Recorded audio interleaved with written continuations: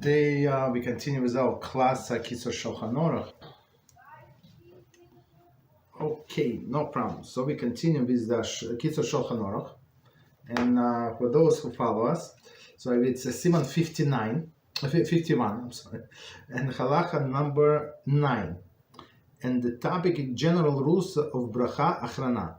So after blessing, okay. So, and we were discussing last time the last halacha. So, of course, we covered several. So, we covered Mei'ein Shalosh. Mei'ein Shalosh is three blessings in one for the one who ate mizoines, the one who ate fruits like of the land of Israel blessed with, right, and or drank wine. Okay. So, next one, number 9. On Shabbos festival Rosh Chodesh, the first day of the month, that's Rosh Chodesh, we mentioned in Mei'ein Shalosh, blessing, a praise relating to the themes of a day. Okay. If one forgot and did not mention it, he does not repeat the blessing. And in one class, we had a person, so it was several years ago, and he said, "What do you mean?" And that person, just so you know, he was religious from birth, and he never knew that there is a special edition that we say for these special days. And the reason I understand, that's my conclusion. I was shocked. Everybody was shocked. Like all of the Balchuas knew that, but he did not know. Because he learned these blessings like at a very early age, like when he was like maybe in a school or a kindergarten, and he never looked in a siddur again. That's very interesting. So that's my explanation. So he never knew about these editions. So let me tell you where is it in our siddur. Okay, yeah, it was before Birchas Hamazon. So. So on Shabbos we say, and be pleased, and be pleased to let us rest on this Shabbos. On Rosh Chodesh we said, remember us for goodness, right? For this day is Rosh Chodesh. On Pesach we said, and gladden us on this day of festival of matzahs, right? And on Shavuos you say, gladden us on this day festival of Shavuos. On Sukkot and Shmini Atzeres and Rosh Hashanah. So basically for all of the holidays, you have special edition. That's and you said it like in the middle, closer to the end of this Mei'ein Shalosh blessing. Okay, so sometimes it's good when person learns something when he's little, but it's very very beneficial to go over it when you grow up, right? And I would say it's about any knowledge, like even if you learn something today, something new. Next year, 6 months from now, you learn the same material. You're going to learn much more because you're going to based on the previous knowledge. You're going to build up on top of it. Okay. So continue. So, but if person forgot this piece and did not say, for example, on Shabbos, so okay, there is no problem. After the fact, do not repeat it. Okay. So number 10. One should be stringent with the blessing, Mei'ein Shalosh, just as like Birchas Hamazon, with regard to the things mentioned in Siman 44. Okay, so we're going to see what is going on. So this, when we were talking about Birchas Hamazon, just to remind us, we said that almost all of the halachas that pertain to Pren Shmona Esrei applies to Birchas Hamazon. So I mean the only difference that you have preferably you should sit for Birchas Hamazon unless you have no choice for whatever reason, right? But otherwise, so all of the other like in interruptions and answering amen and other things so apply to Birchas Hamazon. Okay, it's very stringent. Okay, and here he continues. Kitzur continues the same. He said same rules apply to Mei'ein Shalosh. Commentary: such a reciting blessing while seated is in upright position. So meaning normally you sit on a chair and wearing the outer garment and hat. See Mishnah Brura mentioned only the requirement to be seated. Okay, Shulchan Aruch. Okay, so for Birchas Hamazon for sure. So if a person usually, let's say, if a person usually prays with a jacket and with a hat, right, and so he should say Birchas Hamazon same, like as we say, like the same way you would pray Shmona Esrei, the same way you should pray say this Birchas Hamazon. If you say it in a hat and a jacket, that's what you have to do.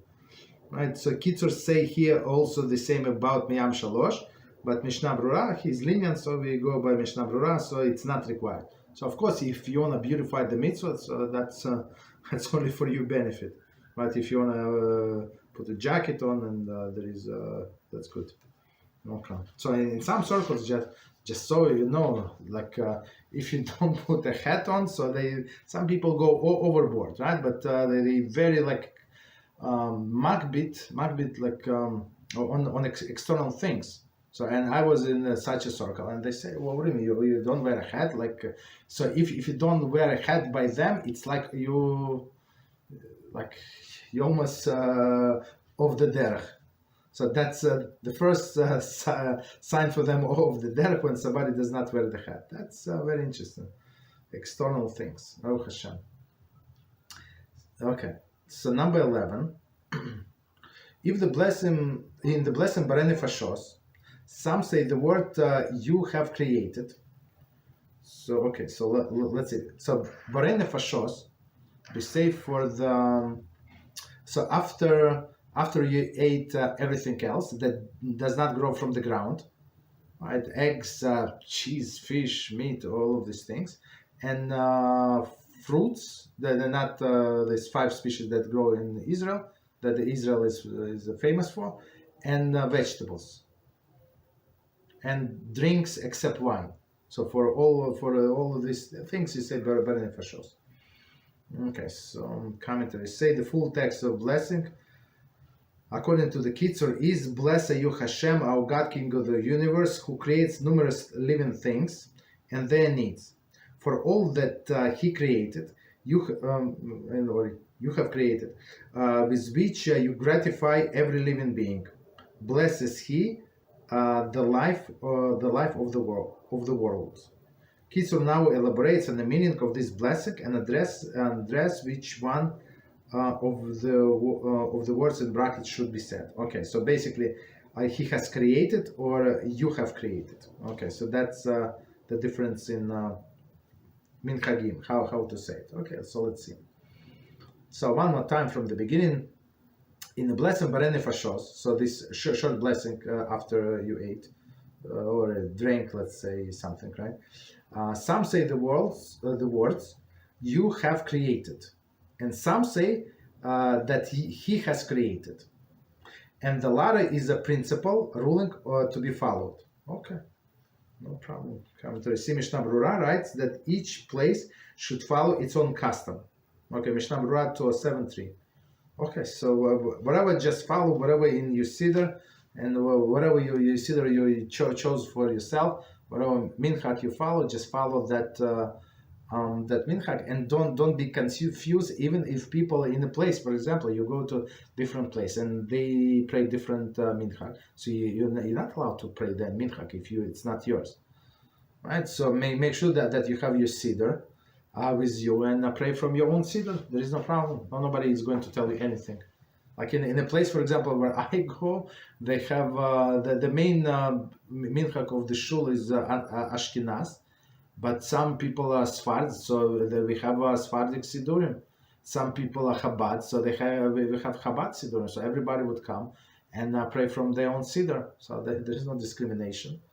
Right, so pray from your own, from siddur that is your custom. Okay. So and whatever they answer out loud, right? So you must answer whatever they say. For example, if you go to Sephardic shul and they say Kiddusha, so you say the way they say Kiddusha, not your Ashkenazic way, or opposite. If you Sephardi person, you came to Ashkenaz, so don't do whatever they do, right? Answer or don't answer, or answer quietly so nobody can hear. So, but one of the two. So we respect the minhag of the shul, like out loud, but in your siddur you say whatever you say. So that's exactly what Mishnah Brura is teaching us. Continue. The meaning of the blessing is who created numerous living things and their needs. Okay, and that's how they translate it. Okay, their needs. Meaning that he created living things along with that which they need, right? So meaning he created a cow and grass and all other in the air and the water for this cow to live, right? This is that is everything that is required for their necessities. So included, of course, us, which is essential things needed to keep them alive, such as bread and water. So of course here bread and water is the only two things that they need for a person to survive. Okay, so all other foods that we eat is actually luxury, but with bread and water we can survive. In addition to that, the blessing continues for all other things that he has created, and not that are not as essential, but he created to be enjoyed. Right, so it's very interesting. So, such as fruit and the like. So, without fruit, a person can live without fruits many years. So some people, like in the northern country, especially in the olden days, so for them to get fruits, like some people never saw fruits. For example, my wife lived many years, like in a cold climate, like in closer to the North Pole. Right, and they did not have fruits, like unless in the summer she would go to visit her grandmother, so that she saw fruit. But in like there are no fruits, like hardly vegetables. So it's like was a very different life, right? So and people survive because why? Because it is luxury.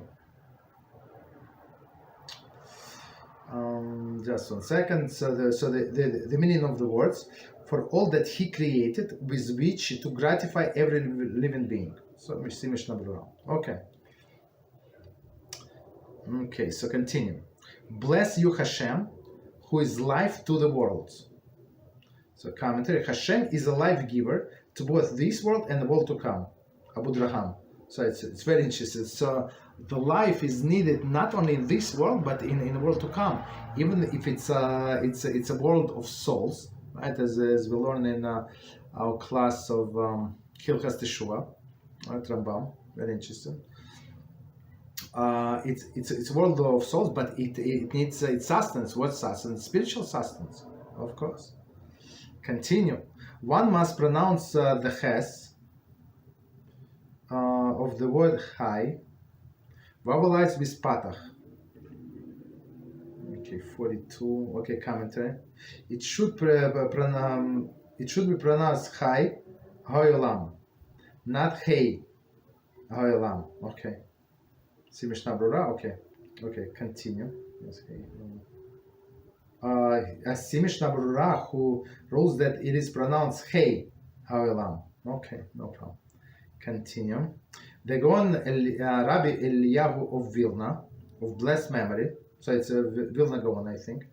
Agreed with the halachic authorities who have written to conclude the Borei Nefashos with blessing with Hashem's name by saying, "Blessed you Hashem, the life of the world." Okay. So commentary. The Vilna Gaon subscribes to the opinion that Hey is pronounced as with a Tzerei. Okay, it's a grammar. Okay, skip it. It's grammar. Okay, I don't want to confuse you.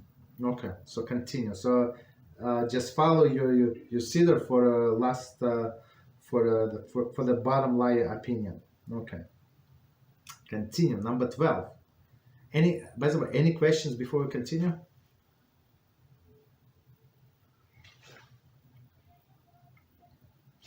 Okay, no problem. So we continue. We're going to finish BeEzrat HaShem this chapter. So halacha number 12. If one ate fruit for which the appropriate bracha Achrona is me'am Shalosh, blessing, Allah ate, meaning the fruits of the 7 species, like grapes, for example, right? And he also ate fruit of the tree for which Brocha Achrona is Borei Nefashos, like apple, right? There is a fruits that not of the 7 species. So a person ate grapes, for which after, let's say he ate enough grapes. Let's put it this way, right? Ate enough grapes for a proper amount of time, for 2-3 minutes. He ate kizais, this 1 ounce, 28 grams approximately. Right. So after that, a person must say this Me'am Shalosh blessing, this long blessing, right? But at the same time, he ate apple, right? For apple, he has to say, as we just learned, Borei Nefashos. So how many blessings he should say? That's the question. So we know it's 1, but let's see. Okay. He recites Me'am Shalosh blessing after eating. That is sufficient. For since he mentioned the blessing of the fruit of the tree, all fruits that has eaten I am exempted in Brocha Achrona. So since he in this blessing Me'am Shalosh he thanks Hashem for the fruit, so that fruit of the tree, fruit of the tree. So it doesn't matter which fruit of the tree. Meaning if it's grapes or apples, meaning apples are covered.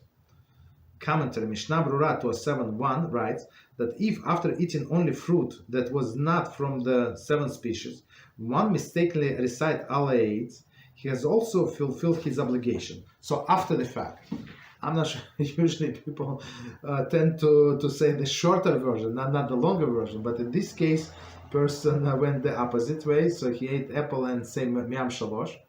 Okay, so of course it's not right blessing, but after the fact, this blessing is counted. Continue. However, if he required to recite blessing Borei Nefashos for a different type of food, not a fruit that he ate, that food is not exempt by Me'am Shalosh blessing.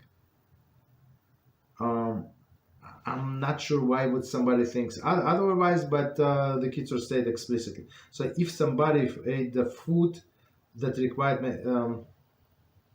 Borei Nefashos, I'm not sure, he ate piece of fish, right? And he said Me'am Shalosh blessing. It's like there is nothing is there about said about there about the fish. So of course it's not covered and has to repeat the blessing. In this case, he first recited Me'am Shalosh blessing, and after Borei Nefashos. Okay. So meaning he made a mistake, and then he recited the correct blessing. So just to remind us, general formula or not formula, like approach, if the statement whatever we made like after the fact is not false statement, right? So after the fact we can leave the after blessing as it is and don't repeat. So for example, if a person ate or even before the blessing, so if he ate cherries and say Borei Prichadama, fruit of the ground, so after the fact it's covered. Or he said shechakol, he said shechakol on a cherry, so after the fact no other blessing is required, or if it not only not required but not allowed. So because the statement after the fact it was true. Okay, continue. Halacha number 13. Initially, after eating, one is forbidden to leave his place or to engage in anything else until he has recited Brocha Achrona, lest he forget to recite the blessing. Okay, so let's do this piece from the beginning, and we're going to add some things to it. Okay, so initially, after eating, one is forbidden to leave the place. So why? Because a person can forget unless you have a plan to come back immediately. So let's say you're in this room and you want to put your phone on a charger in another room, there is no problem. So because you're coming back, there is no problem. But otherwise, as he said, he's clear. It is forbidden. It's not recommended. It's not forbidden, right? To leave. Why? Because very possible with our busy lives, we can forget to say the after blessing. Simple, right? So one more time. Initially, after eating, one forbidden to leave the place or engage in anything else. Okay, continue. Until he has recited Bracha Achrona. So you finish eating, drinking, wherever you finish, just say the after blessing and you can go. No problem. Lest he forget to recite this blessing. Unless you intend to continue eating on or drinking this beverage for a few more hours. You did not finish your coffee, did not finish your piece of cake or something. So that's a different story. But otherwise, if you finish whatever you were eating, so you must say the after blessing.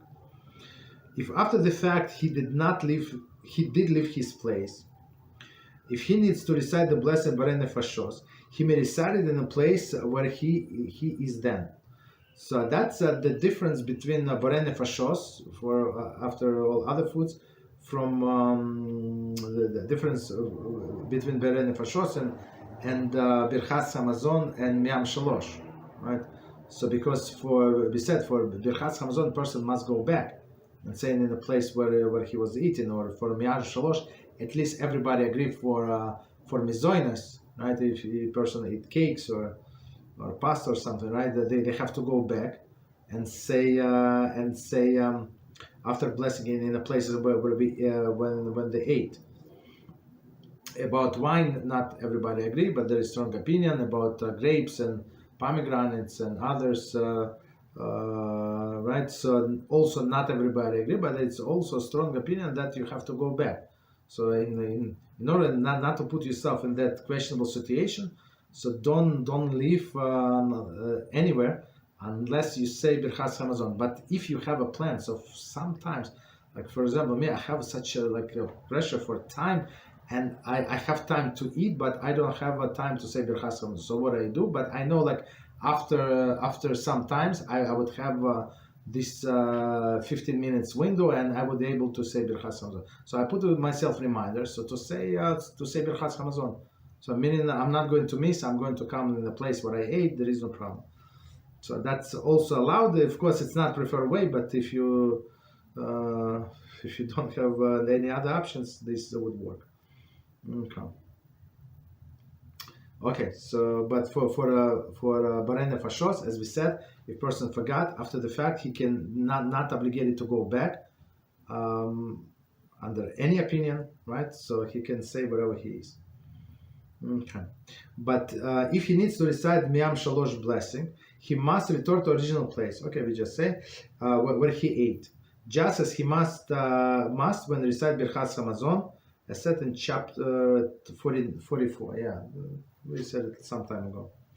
So commentary, Mishnah Brura 184:12 cites Gra, who rules that one grain product, that only grain product are subject to halacha, that one must return to original place to recite Bracha Achrona, not from of the special 7 species or one. Okay, that's exactly what we said, right? So according to Gra, and of course to many others, only if person ate these cookies or pasta or something, right, this mizonos, he must go back to original place where he ate, but not of the wine of the fruit of the 7 species. On one hand, on the other hand, some other poskim say even for wine and fruit of special 7 species, you have to go back. So in order not to put yourself in this situation, so try to not to leave the place until you say the blessing, after blessing. So continue. Number 14. If one ate or drank and did not immediately recite the Bracha Achrona, he may recite it until the time of food has been digested. That is, after eating fruit, as long as he has no desire to eat fruit. And after drinking, as long as he is not thirsty. So it says, commentary says, see above 44:8. Okay.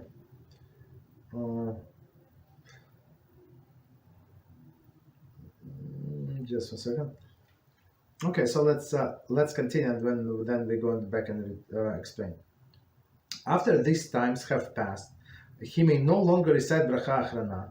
One who cannot gauge this time, it is proper for him, when he remembers that he has not recited Bracha Achrona, to recite another Bracha Rishona on the same type of food that he previously ate, there is one that is subject to the same Brocha Achrona, and then eat it and recite Brocha Achrona.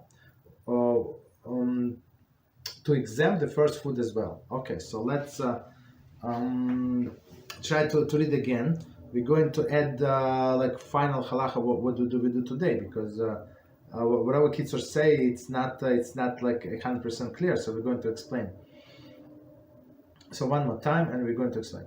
If one ate or drank and did not immediately recite the Brocha Achrona, so if a person ate or drank and did not say the after blessing, so he left, and let's say he knows like when he was eating, right?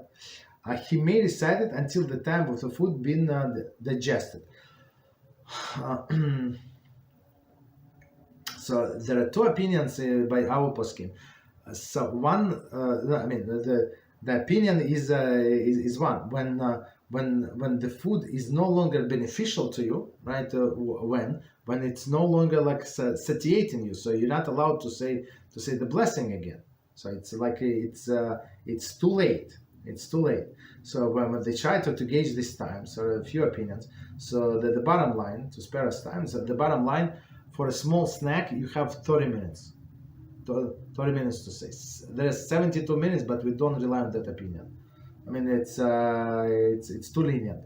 But if he, for example, if a person ate bread and was satiated, like it was a normal meal, even without bread, but it was like big meal.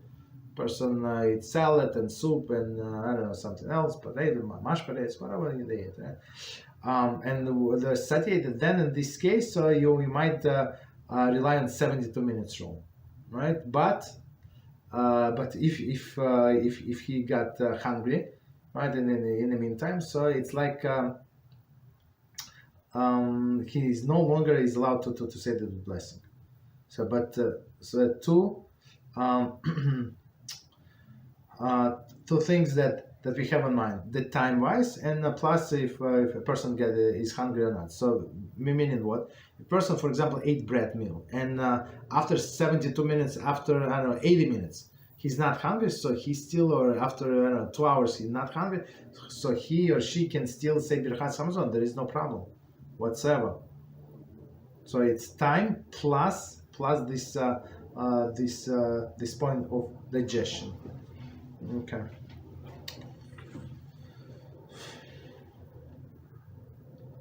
Okay, so after this time passed, he may no longer recite Brocha Achrona. So we said that. One who cannot gauge this time, it is proper for him, when he remembers that he has not recited Brocha Achrona, to recite another Brocha Rishona on the same type of food that he previously ate. So in the case of the need, if person does not remember, it's half an hour passed or 45 minutes passed and it was only one banana or some apples, so of course I'm hungry after 45 minutes. I'm still hungry after this one banana. It did something to me like for 15 minutes or so, but no more than that, right? So in this case, what Kitzur is saying, since maybe you still can include, maybe there is a possibility, so you don't know how much time it passed. So maybe you still you're still allowed to include this into the blessing. So don't say this separate like blessing after that banana, because maybe you're not allowed to say the blessing. But say the blessing on something else, for example, on another apple or something, or drink something, doesn't matter. Like enough, you drink enough right away in order to say the after blessing. And when you say the blessing, let's say you drank tea.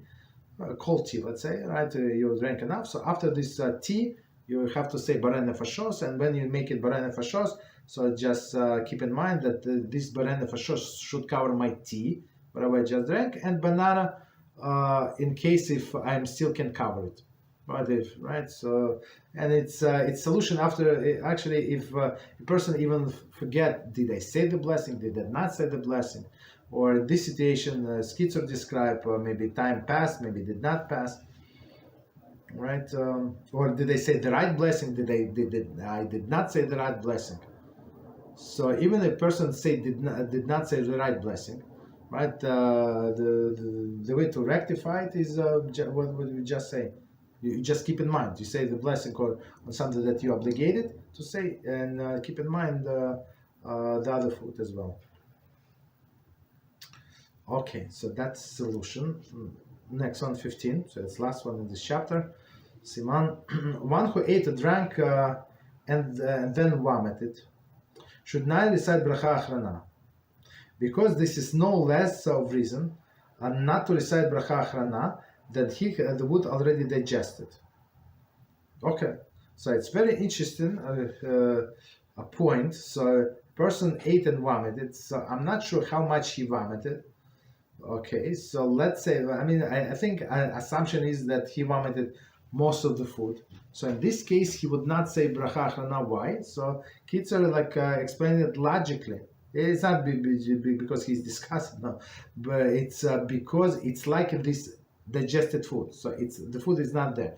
Did he derive original pleasure? Yes, he derived. But now, after the fact, the food is no longer there. Okay. So finish. Any questions on what we said? Finish that topic. Very long topic. No questions? Okay. So let's start a new topic. Siman 52.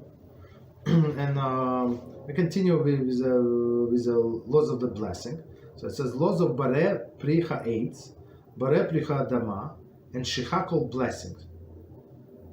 Contains 18 sifim. So now we just say this Borei Nefashos, and now we the after blessing, and now we go to the before blessing. I'm not sure why he structured this way, but it's very interesting. Okay. So sif number 1, and it says, upon produce grows on a tree, we recite the following blessing: Baruch atah HaShem, Elokeinu melech haolam, Borei pri ha'etz. Blessed you HaShem, King of the universe, who created the fruit of the tree. So that's what we say, right? Everything that grows on a tree. Upon the produce that grows from the ground, which included all types of root vegetables. For example, carrots, turnips, simishna brura. So meaning it's very interesting. So most of the vegetables they above the ground, like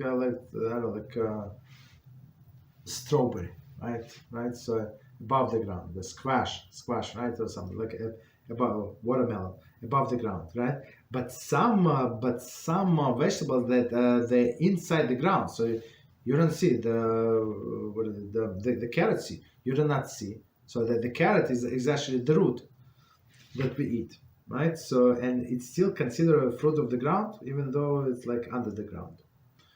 Okay, so 1 second, which includes all type of root vegetables. So we just mentioned them. Vegetables, okay, so it's different kind. Legumes such as beans and peas, buckwheat, and herbage. We recite the following blessing: Baruch atah HaShem Elokeinu melech haolam, Borei pri ha'adama. Blessed you HaShem, King of the universe, who created the fruit of the ground. So on all of the herbage, what would be the herbage? I'm not sure what would be the herbage example. Okay, we'll see. Like all of the greeneries, right? Not all this. I forgot. It's skip my mind. What is it called? Whatever is it? Okay, it's like a grass-like. Okay, so fruit of the ground. Continue. Borei pri ha'etz is recited on the fruit of the tree, not on other plants. Here, Kitzur explained the halachic distinction between plants and the trees. Okay, so fruit of the tree is only on the fruit itself, not on anything, not on any other product of the tree, right? So in some trees you can eat the bark of the tree, for example. Okay, so continue. A plant is not classified as a tree with regard to this halacha unless it's a plant whose branches remain throughout the winter as well as in the summer, and produce new leaves from the branches after the winter, even if these branches thin and as stalks of flax.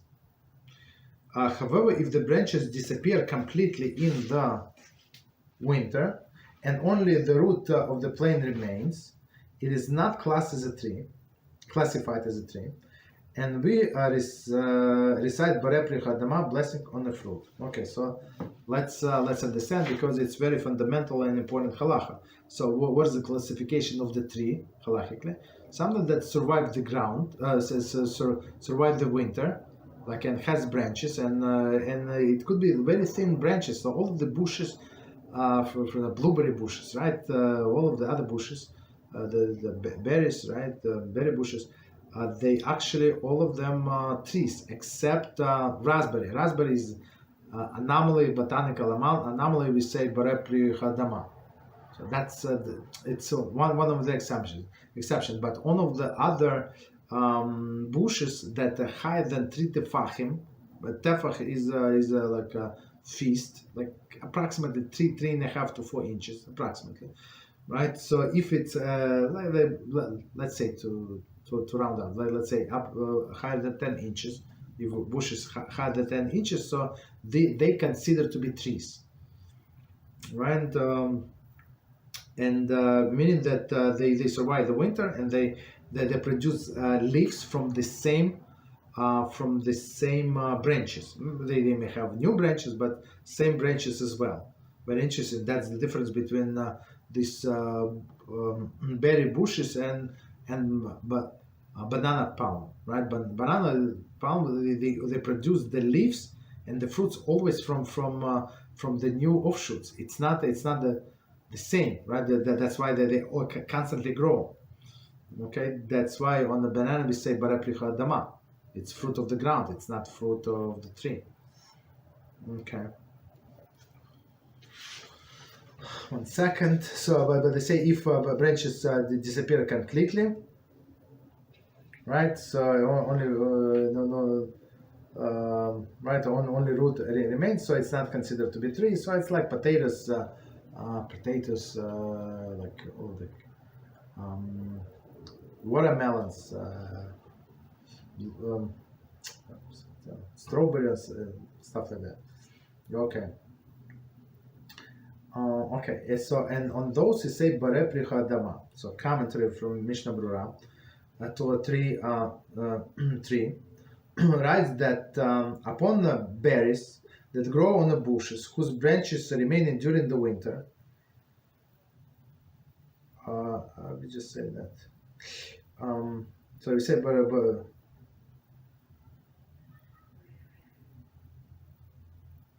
just 1 second.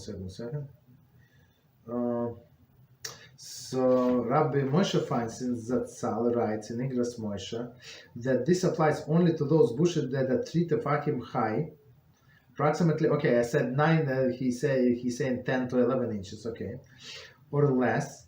Upon the bushes that are higher than that, one should say Borei Hadama. It's exactly what we said. Okay.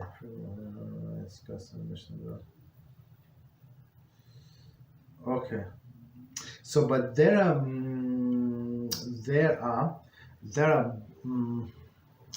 blueberries that are grown in a forest, not on a farm, but forest one, and some of them are on they grow on very small, very short bushes, less than this 10 to 11 inches, right? So on those we say Borei Hadama, right? Even though they survive the winter, but we say Borei Hadama. And same with cranberries. So cranberry, cranberry is not a good example. I think that they grow like on a wine or something, right? So that's I'm not sure if this wine survived the winter. I do not know, but since it's very low, so for sure we say Borei Hadama on that. Okay. So let me quickly check time and see if we have time for one more. Okay, for one short one. Okay. So it says number 2, upon eating something that does not grow from the ground, such as meat, fish, milk, and cheese, as well upon those all types of beverages except from grape wine and olive oil. We recite the blessing Baruch atah HaShem Elokeinu melech haolam shechakol nihyeh bidvoro. Right? Blessed is HaShem, King of the universe, through whose word everything came to be. Okay. So on all of the things, as we said, that they do not grow from the ground, right? So, right, and as well of okay. So as well as for what is it? Olive oil, right, and grape wine. So let's see the commentary. A commentary on the grapevine, upon which the proper blessing Borei gave him, okay, who created the fruit of the vine. See there for the further discussion. For the laws raisin wine, so we're going to, it's the next chapter. See below 53:6, upon any other type of wine, beside the grape wine, shechakol blessing is made. So there are different kind of wines. They do blackberry wine. 1 second. Oops, sorry.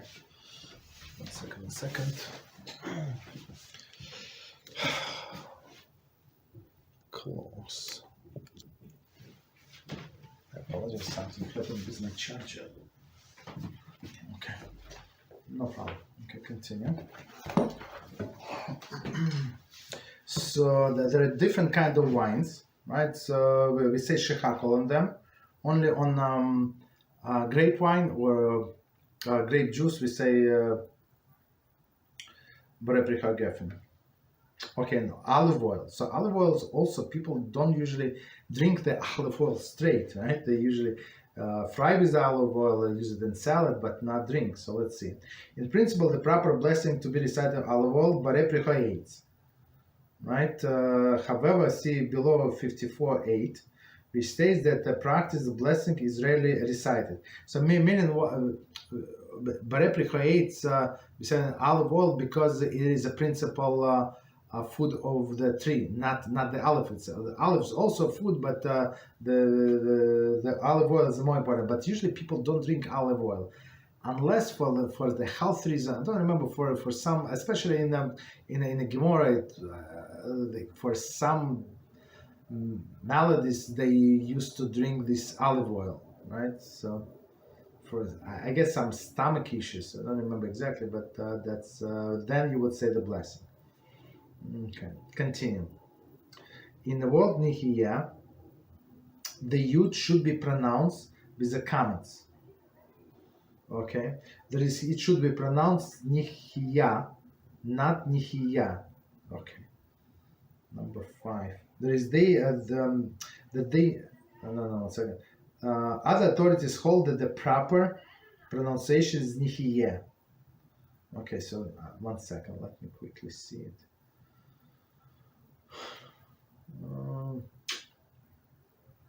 Okay. Okay.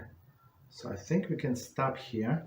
So we stop tomorrow. We continue with our very interesting class, Shmona Prakim, character development, and okay, good night until tomorrow. BeEzrat HaShem, same time.